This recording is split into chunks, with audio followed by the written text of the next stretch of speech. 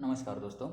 तो आज जो हम स्टॉक देखने जा रहे हैं वो मार्केट कंडीशन के हिसाब से वीक स्टॉक हमें दिख रहा है। इसके लॉजिक से हम देख रहे हैं ये जो स्टॉक है आने वाले टाइम में और करेक्शन दे सकता है, या तो टाइम वाइज या तो प्राइस वाइज। तो ये लॉजिक हमने किस बेसिस पे बनाया है देखते हैं। सबसे पहले मॉस्टिव टेक्नोलॉजीज का चार्ट आपके सामने है। मंथली टाइम फ्रेम पे लगा लेते हैं स्टॉक को। मंथली टाइम फ्रेम में मैं इसलिए एनालाइज करता हूँ ताकि मंथली टाइम फ्रेम में पता चलता है कि स्टॉक का ओवरऑल ट्रेंड क्या है और स्टॉक कौन सी ट्रेजेक्टरी में ट्रेड कर रहा है। ट्रेजेक्टरी इन द सेंस, अगर यहाँ पे देखें हम तो एक स्टार्टिंग का जो रेजिस्टेंस था बिलो, इसके बिलो ही स्टॉक ने कम से कम 2004 से 22 तक का टाइम स्पेंड किया है। ये वाले जोन्स में जनरली यहाँ पे आके स्टॉक को ट्रेड नहीं करना होता है।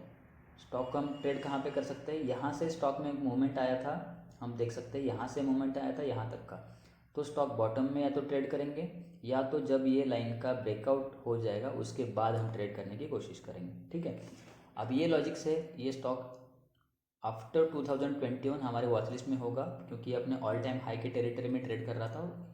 उस हिसाब से 65 रुपीज़ से 300 तक स्टॉक गया है, जिसमें हम वेरियस टाइप पे स्विंग या तो पोजिशनल ट्रेड कर चुके होंगे। ये लॉजिक हो गया अपना कौन सा स्टॉक कहाँ पे ट्रेड करना है इसके लिए। ठीक है, अब इस स्टॉक को मैं एक बार आपको मंथली में एक्सप्लेन करना चाहूँगा। अभी तो ये डाउन ट्रेंड के लिए है, डाउन साइड के लिए मूवमेंट हम देख रहे हैं, लेकिन एक बार मैं आपको एक्सप्लेन करना चाहूँगा कि किस तरीके से यहाँ पे ये वाला एक जोन था जिसमें स्टॉक ने ऑलमोस्ट 18 साल तक का ब्रेकआउट नहीं दिया था, 17 से 18 साल। उसके बाद जो ब्रेकआउट दिया ना, यहाँ पे आप वॉल्यूम देखिए, ये वाला जो वॉल्यूम आया था और कैंडल बना था, कैंडल ऑलमोस्ट 100% के ऊपर गया था, क्लोजिंग होते टाइम 98% तक आके कैंडल क्लोज हुआ था। ये जो वॉल्यूम था सारे यहाँ तक लगभग 2008 to 21 15 साल लगभग, सर 13 से 15 साल सबसे हाईएस्ट वॉल्यूम था, हाईएस्ट कैंडल भी था 100% का। ठीक है, तो यहाँ पे हमें पता चल चुका था कि ये वाला जो बायर है, यहाँ पे जो नया बायर ऐड हुआ है, ये बायर ये सारे सेलर्स को हरा के आया है। ठीक है, अब ये स्टॉक हम वॉच लिस्ट में रखेंगे और इसको बाय करने की कोशिश करेंगे। बाय करने के लिए हमारे पास लॉजिक्स होते हैं, जैसे कि हम फिबोनाची मार्क करते हैं बॉटम से लेकर टॉप तक, यहाँ पे हमें इसके लिए एंट्री मिल जाती। तो ये हमारा फर्स्ट लॉजिक था बाइंग का। यहाँ से हम बाइंग के लिए स्टॉक को देख रहे थे, किसने यहाँ से इसके बाद ब्रेकआउट पे देखा होगा।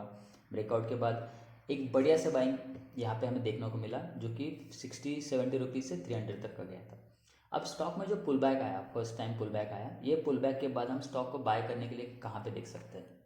देखिए ये स्टॉक मैंने ये वाला लॉजिक मैंने अपने पुराने वाले वीडियोस में भी एक्सप्लेन किया हुआ है, जो काफ़ी अच्छे से वर्क करता है, बहुत सारे जगह पे वर्क करता है। यहाँ पे देखिए ये वाला जो वॉल्यूम है, ये वॉल्यूम कभी भी ये स्टॉक में इतना हाईएस्ट वॉल्यूम नहीं आया था, और ये कैंडल भी लगभग 113% तक का क्लोजिंग कैंडल हमें मिल रहा है, जो कि काफ़ी स्ट्रॉन्ग दिखाता है। तो तुरंत यहाँ से और 200-300% स्टॉक भाग जाए ऐसा पॉसिबल नहीं होता है जनरली, क्योंकि यहाँ पे जो सारे प्रीवियस सेलर्स है ना, सारे एग्जिट यहाँ पे हो चुके थे, उसके बाद यहाँ पे जाके मोमेंटम आया है। तो यहाँ पे जो बाइंग किया हुआ होगा 10, 15, 20 रुपये में, वो 300 पे अपना स्टॉक बेचने की कोशिश करेगा। तो यहाँ पे जाके हमें ट्रैप नहीं होना होता है। तो इसको हम पोजिशनल के लिए किस तरीके से ट्रेड कर सकते हैं, इसके लिए मैं दिखाता हूँ आपको लॉजिक। आप ये वाला लॉजिक बाकी भी स्टॉक में अप्लाई करके देख सकते हैं। यहाँ पे देखिए स्टॉक ने यहाँ पे ब्रेकआउट दिया था,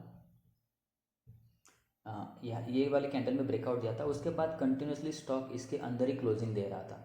ठीक है, अब ये टाइम फर्स्ट टाइम स्टॉक ने यहाँ पर इसके ऊपर क्लोज किया, रेजिस्टेंस क्रिएट किया, रेड कैंडल्स के ऊपर हमें बाय करना होता है, जैसे कि इसके हाई के ऊपर हम बाय करेंगे।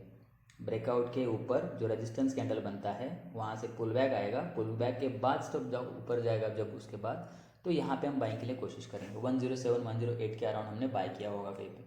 ठीक है, अब ये वाला कैंडल भी आप देखिए वॉल्यूम बहुत ही स्ट्रांग आया था, यहाँ तक हम देखिए तो प्रीवियस सारे कैंडल से बढ़िया सा वॉल्यूम आया था। अब उसके बाद देखिए ये वाला जो कैंडल बना है रेड ग्रीन कैंडल, बढ़िया सा ग्रीन कैंडल बना है 68% का, और नेक्स्ट कैंडल उसके अंदर ही इनसाइड कैंडल बना है, इसको mother candle, mother baby candle बोलते हैं।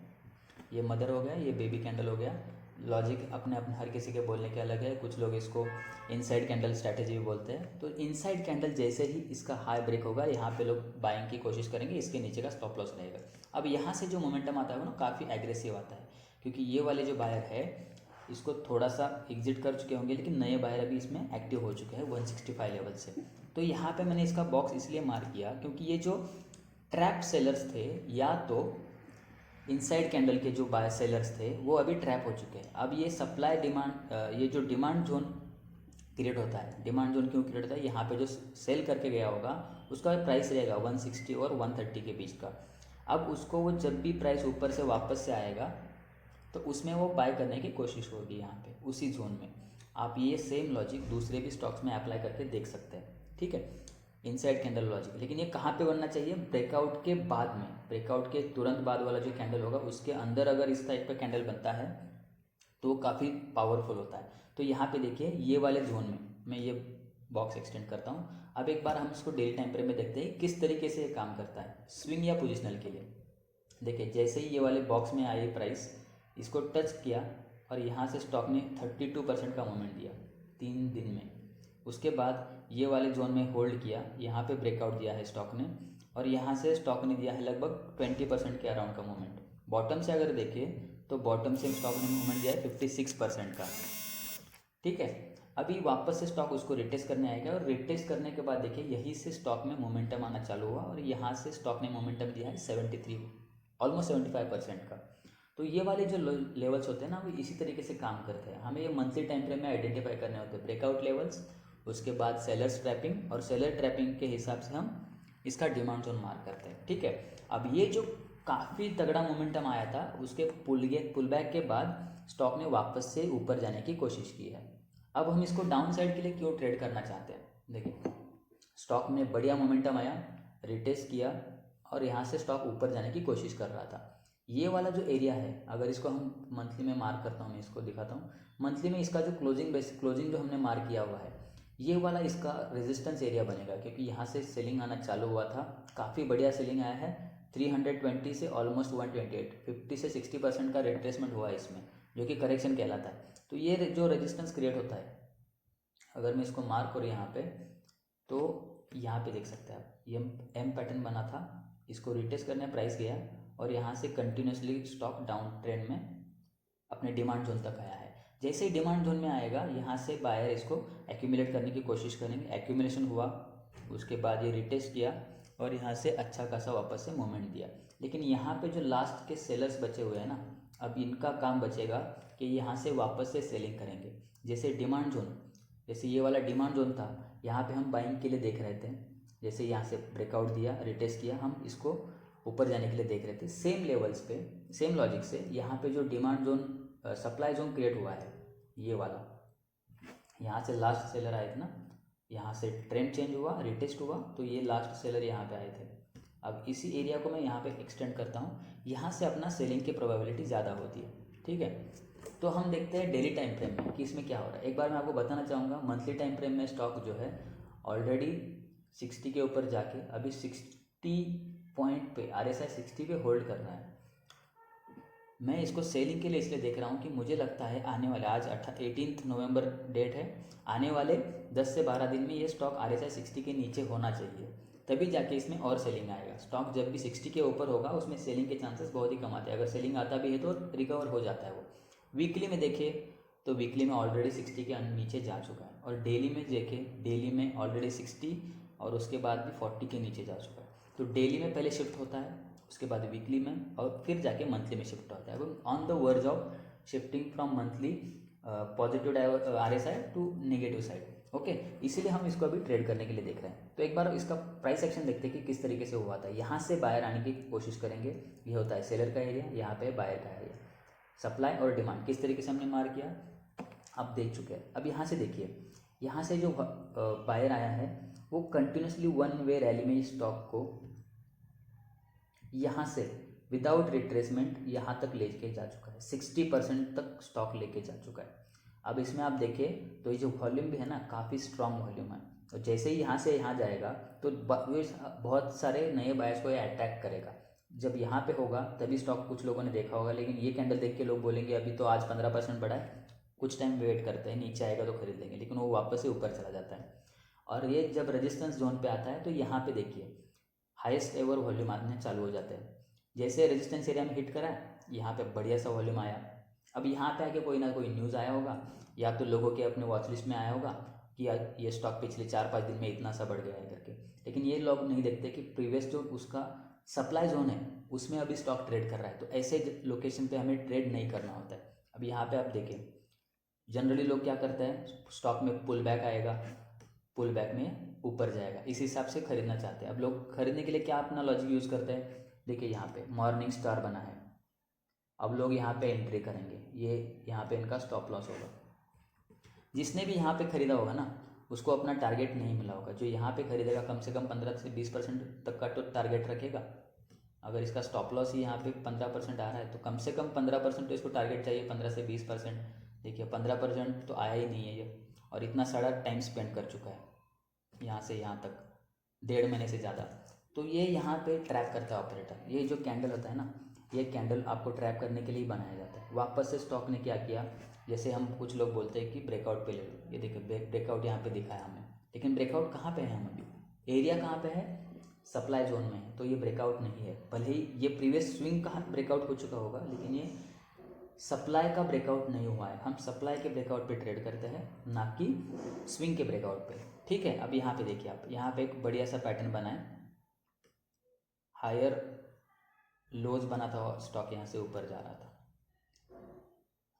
अब स्टॉक ने यहाँ से ऊपर जाने की कोशिश की, नीचे आया, ऊपर गया और यहाँ से आके इसको प्रीवियस लो ब्रेक कर दिया, ये वाला प्रीवियस लो ब्रेक कर दिया, ठीक है। यहाँ से स्टॉक को अगर ऊपर जाना ही था तो स्टॉक को यहाँ से ऊपर जाना चाहिए था, ताकि ये अप ट्रेंड में बना रहे। ये प्रीवियस सपोर्ट उसका काफ़ी अच्छा है, ये वाला एरिया है, इसका काफ़ी अच्छा सपोर्ट होना चाहिए था। लेकिन स्टॉक ने क्या किया है, जैसे ही स्टॉक ऊपर जा रहा था, यहाँ पे आप RSI में देख सकते हैं, ये इसका हाईएस्ट RSI था 87, स्टॉक ऊपर गया लेकिन RSI 76, स्टॉक और ऊपर गया RSI 67। स्टॉक अभी देखिए ये रेजिस्टेंस जोन पे ट्रेड कर रहा है, लेकिन RSI कंटिन्यूसली नीचे जा रहा है। ये RSI डाइवर्जेंस कहलाता है, इसको निगेटिव डाइवर्जेंस बोलते हैं, जिसके कारण अभी स्टॉक में डाउन ट्रेंड चालू हो चुका है।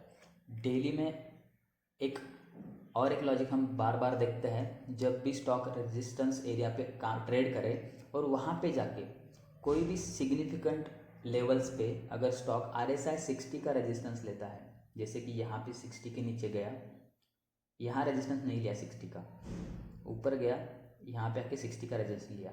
अब ये पॉइंट देखिए आप, ये भी क्रूशियल लेवल है, क्रूशियल लेवल पे बेरिश एंगल्फिंग बना है उसी दिन जब ये डोजी बना था, और यहाँ से एक इवनिंग स्टार का काइंड पैटर्न बना है, और ये डोजी बना, सॉरी, ये जो बेरिश एंगल्फिंग बना था उस टाइम पे कंफर्म हुआ था कि स्टॉक यहाँ से नीचे जाने के लिए रेडी है। तो ये 265 का रेजिस्टेंस लेवल, सपोर्ट लेवल था, इसको अगर ब्रेक करेगा तो स्टॉक नीचे जाना चालू करेगा, और ऑलरेडी 265 से ये स्टॉक 223 तक आ चुका है। RSI में अगर देखें तो बिल्कुल भी इसमें, यहाँ से देखिए, बिल्कुल भी इसमें पावर नहीं है। जो 60 का RSI था अभी ऑलमोस्ट 35 ट्रेड कर रहा है, जो हमें दिखाता है कि बायर बिल्कुल भी इंटरेस्टेड नहीं है। और बायर कहाँ पे इंटरेस्टेड होंगे, या तो सप्लाई जोन के ऊपर या तो डिमांड जोन पे। अभी डिमांड जोन पे आने के लिए स्टॉक को काफ़ी टाइम लगेगा, यहाँ से काफ़ी स्पेस अवेलेबल है नीचे, यहाँ से कम 30% के अराउंड का स्पेस अभी भी डाउन साइड में है। ऊपर साइड में देखिए, यहाँ से स्टॉक अगर पुल बैक भी करता है तो ऊपर के साइड में इधर में सारे रेजिस्टेंसेस पड़े होंगे, जैसे ये 30%, 15%, 12% पर रेजिस्टेंस होगा। तो ऐसे लेवल पे आके किसी भी स्टॉक में ट्रेड नहीं करना होता है। जनरली किसने यहाँ पे बाय कर लिया होगा 264 पे, तो यहाँ पे इसको निकलना चाहिए। लोग यहाँ पे क्या करते हैं, एवरेज करना चालू कर देते हैं, यही बड़ी गलती होती है। और यहाँ से फिर स्टॉक क्या करेगा, यहाँ से नीचे तक आएगा, जो 10% का लॉस तो ये 40% तक का बन जाएगा। इसलिए आपको ये जानना पड़ेगा कि कौन सा स्टॉक कहाँ पे लेना है, कहाँ पे उसका एवरेज करना है, या तो कहाँ पे उसको एग्जिट करना है स्टॉप लॉस देके, ठीक है। इस लॉजिक से हमने ये स्टॉक देखा है।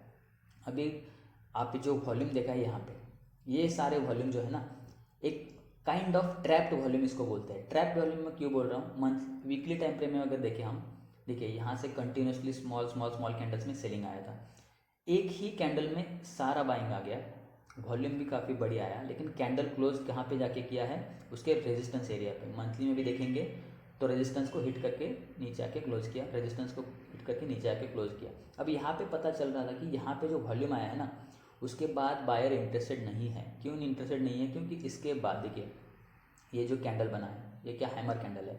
हैमर कैंडल रेजिस्टेंस पे नहीं, सपोर्ट पे बनना चाहिए, जो कि लोकेशन गलत है। नेक्स्ट कैंडल भी जो बना है उसमें स्टॉक ऊपर जाके भी नीचे अंदर ही रेजिस्टेंस के अंदर ही क्लोज किया है, यहाँ से सेलिंग आया। अब ये ग्रीन कैंडल बना है, उसमें वॉल्यूम भी है, लेकिन देखिए वो भी रेजिस्टेंस के अंदर ही क्लोज किया, ऊपर जाके वापस से रेजिस्टेंस में ही क्लोज किया। हर कैंडल जो है ऊपर से सेलिंग आ रहा है, RSI डाइवर्जेंस हो रहा है, और यहाँ से हमने डेली में आइडेंटिफाई किया था कि स्टॉक यहाँ से नीचे गिरना चालू कर सकता है। अभी लेट में इसलिए वीडियो बना रहा हूँ क्योंकि डेली टाइम फ्रेम में कन्फर्मेशन मिल चुका है कि स्टॉक कुछ टाइम के लिए यहाँ से या तो टाइम स्पेंड करेगा ये वाले लेवल्स से, 1 साल भर या 6 महीने यहाँ से टाइम स्पेंड करेगा, और कुछ टाइम बाद वो या तो सपोर्ट पे आएगा या तो रेजिस्टेंस का ब्रेकआउट देगा। उस टाइम पे हम जाके ट्रेड कर सकते हैं। एज ऑफ नाउ ये स्टॉक जिसके पास भी होगा एग्जिट होना बेटर ऑप्शन है, और नया ये स्टॉक खरीदने के लेवल्स पे अभी बिल्कुल भी नहीं है। ठीक है, let's see how this stock performs. मिलते हैं अगली वीडियो। Thank you.